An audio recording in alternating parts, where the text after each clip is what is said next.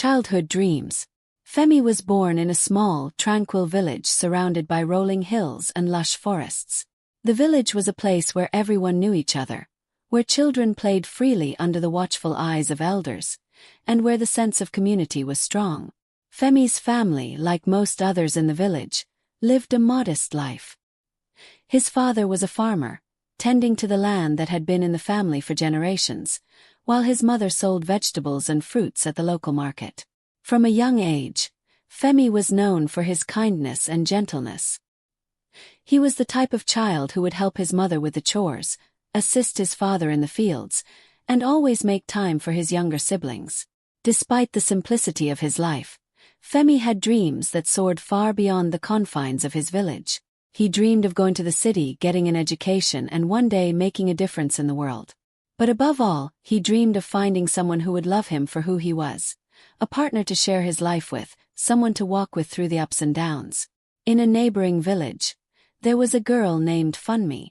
Femi first met Funmi during a village festival, a celebration of the harvest season that brought together people from all the surrounding areas. Funmi was strikingly beautiful, with eyes that sparkled like the night sky and a smile that could warm even the coldest of hearts. Femi was captivated by her from the moment he saw her. As the festival wore on, they found themselves drawn to each other, spending time talking and laughing amidst the joyous atmosphere. Their friendship quickly blossomed into something more. Femi and Funmi began meeting regularly, and their bond deepened with each passing day. Femi was certain that Funmi was the one he would spend the rest of his life with.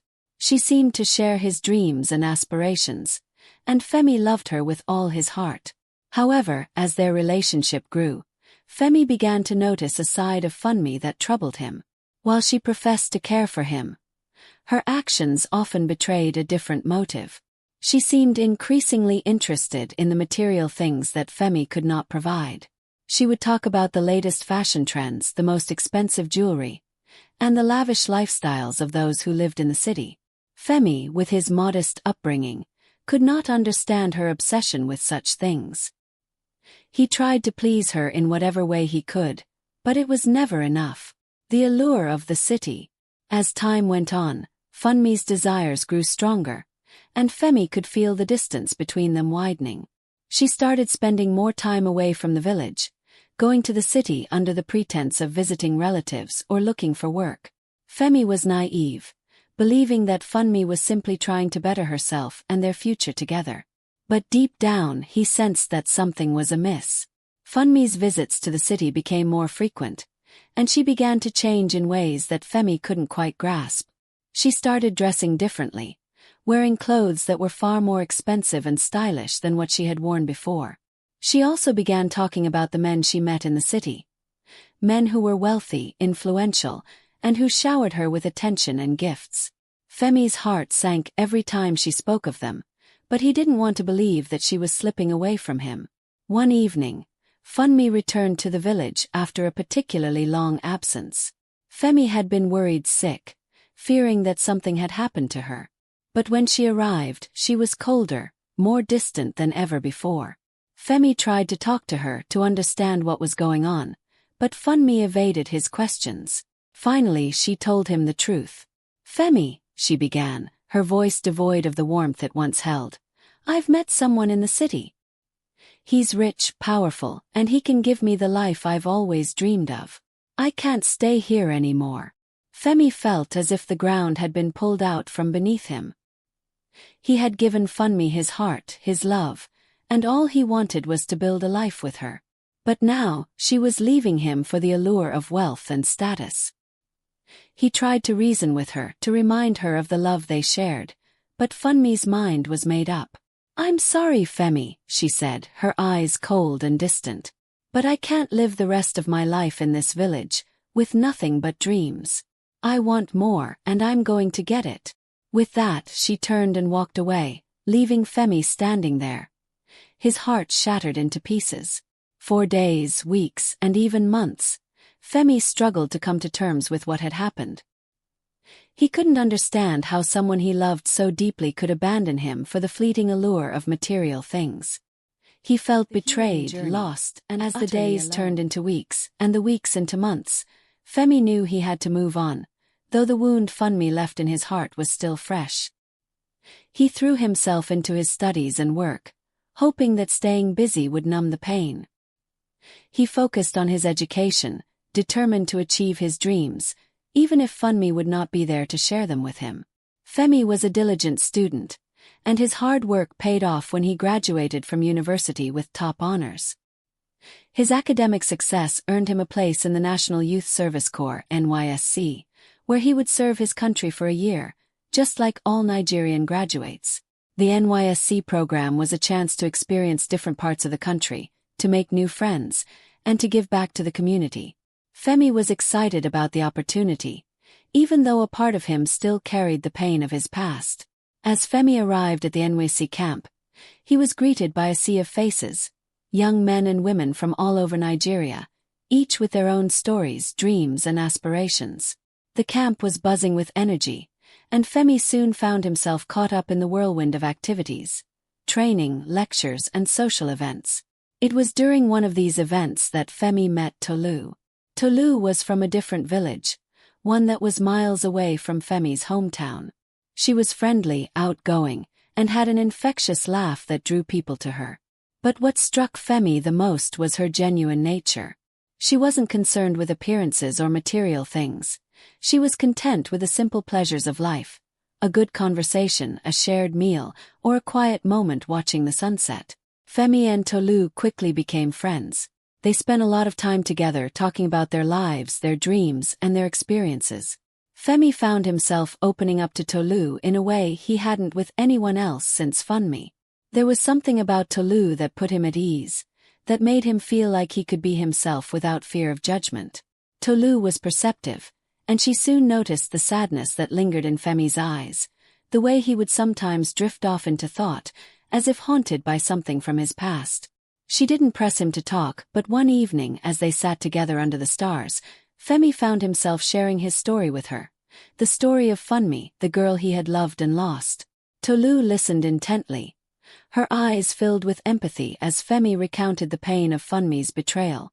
When he finished, Tolu didn't offer empty words of consolation. Instead, she placed her hand on his and said softly, "Femi, you deserve someone who loves you for who you are, not for what you can give them. Love isn't about money or material things. It's about being there for each other, no matter what." Her words struck a chord in Femi. For so long, he had blamed himself for not being able to give Funmi the life she wanted, for not being enough. But Tolu made him see that it wasn't his fault, that Funmi's choices were her own, and that he deserved better. A growing bond. As the days in the NYSC camp turned into weeks, Femi and Tolu grew closer. They spent hours talking, laughing, and getting to know each other. Tolu was everything that Funmi was not. She was kind, caring, and unpretentious. She didn't care about material things or wealth. She cared about people, about making a difference in the world. Femi found himself falling for Tolu, though he was hesitant to admit it at first. After the pain of losing Funmi, he was afraid of getting hurt again. But Tolu's warmth and sincerity gradually broke down the walls he had built around his heart. She showed him that love didn't have to be complicated or painful. It could be simple, honest, and true. Tolu, too, found herself drawn to Femi. She admired his intelligence, his kindness, and his determination. She saw in him a man who had been through a lot, but who had come out stronger on the other side. Tolu had always believed that love should be based on mutual respect, trust, and understanding, and she saw all of those qualities in Femi. Their relationship blossomed as they spent more time together. They supported each other through the challenges of the NYSC program, shared their dreams for the future, and found comfort in each other's company. Femi began to realize that Tolu was not just a friend. She was the woman he had been searching for all along, the one who could heal his heart and make him believe in love again. As their service year drew to a close, Femi knew that he didn't want to lose Tolu. He couldn't imagine his life without her, and he was ready to take the next step. On the final night of the NYSC camp, during a farewell party, Femi took Tolu aside and confessed his feelings. "Tolu," he began, his voice filled with emotion, "I never thought I could find love again after what happened with Funmi. But you've shown me that love can be beautiful, that it can be real and lasting. I love you, Tolu, and I want to spend the rest of my life with you." Tolu's eyes filled with tears as she looked at Femi. She had been waiting for this moment, hoping that Femi felt the same way she did. "I love you too, Femi," she replied, her voice trembling with emotion. "I've always believed that love is about finding someone who sees you for who you are, and I see you, Femi. I see the man you are, and I want to be with you, always." With those words, Femi and Tolu sealed their love with a kiss, surrounded by the sounds of music and laughter from the party. They knew that they had found something special, something worth holding on to. After the NYSC program ended, Femi and Tolu returned to their respective villages, but they were determined to stay together. They kept in touch through letters, phone calls, and visits, and their love only grew stronger with time. Femi found a job in the city working as a software engineer, while Tolu pursued a career in teaching. They were both passionate about their work, but they made sure to prioritize their relationship, knowing that their love was the foundation of their future. It wasn't long before Femi proposed to Tolu, and she happily accepted. Their wedding was a simple yet beautiful affair, attended by close friends and family. They exchanged vows under the open sky, promising to love and support each other for the rest of their lives.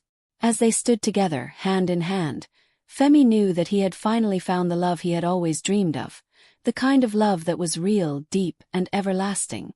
After their wedding, Femi and Tolu moved to the city, where they began building their life together. They lived in a modest apartment, but it was filled with love, laughter, and a sense of contentment that neither of them had ever known before. They supported each other through the challenges of their careers, celebrated each other's successes, and comforted each other in times of difficulty. Their love was further solidified when they welcomed their first child, a beautiful baby girl they named Temi.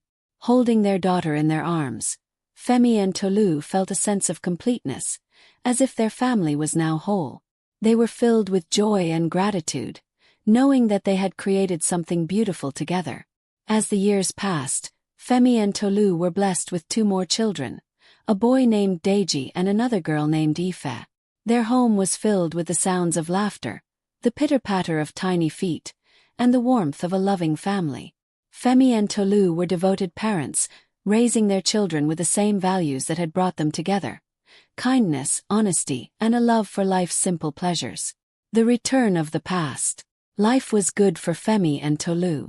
They had everything they had ever wanted: a loving marriage, beautiful children, and fulfilling careers. But just when they thought the past was behind them, an unexpected visitor appeared at their doorstep: Funmi. It had been years since Femi had last seen Funmi, and he was shocked to find her standing at his door. She looked different, older, worn out, and with a sadness in her eyes that Femi had never seen before. Funmi had fallen on hard times, and the choices she had made in pursuit of wealth and material things had led her down a path of regret. "Femi," Funmi began, her voice trembling with emotion, "I'm sorry. I made a terrible mistake. I left you for a life I thought I wanted, but it only brought me pain and misery. I've lost everything, and I realize now that I gave up the one thing that truly mattered: you. Please, Femi, can we start over? Can you forgive me?" Femi looked at Funmi, the woman who had once held his heart, and felt a deep sense of sadness for her.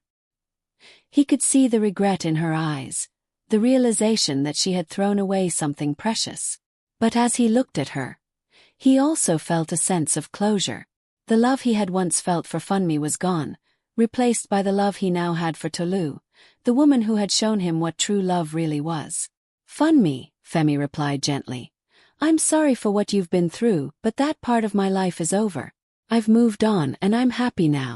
I have a wife who loves me for who I am, and a family that means everything to me. I wish you well, but I can't go back. It's too late." Funmi's eyes filled with tears as she realized the truth of Femi's words. She had come too late, and the man she had once loved was no longer hers to claim. With a heavy heart, she turned and walked away, knowing that she had lost something truly irreplaceable: a love that lasts. As Femi watched Funmi walk away, he felt a sense of peace. The chapter of his life with Funmi was finally closed, and he knew that he had made the right choice. He had found everything he had ever wanted in Tolu: a true partner, a best friend, and a love that was real and lasting. Femi returned to his home, where Tolu was waiting for him with their children. As he looked at his wife and their beautiful family, he felt a deep sense of gratitude for the life they had built together. He knew that he had found something truly special, something that money or material things could never replace. Femi and Tolu continued to build their life together, a life filled with love, laughter, and a deep sense of partnership. They faced challenges, joys, and sorrows, but through it all, they knew that they had each other. Their love was the foundation of their life, and it only grew stronger with time. As they grew older, Femi often reflected on the journey that had brought him to where he was. He thought about the pain of losing Funmi, the unexpected friendship with Tolu, and the love that had blossomed between them. He realized that everything had happened for a reason, that the trials he had faced had led him to the woman he was meant to be with. In the end, Femi knew that Tolu was the friend he had wished for all along, the one who had been there for him when he needed it most. She was the love of his life, the mother of his children, and the woman he would grow old with. And as they sat together watching their children play, Femi knew that he had found something truly precious, a love that would last a lifetime.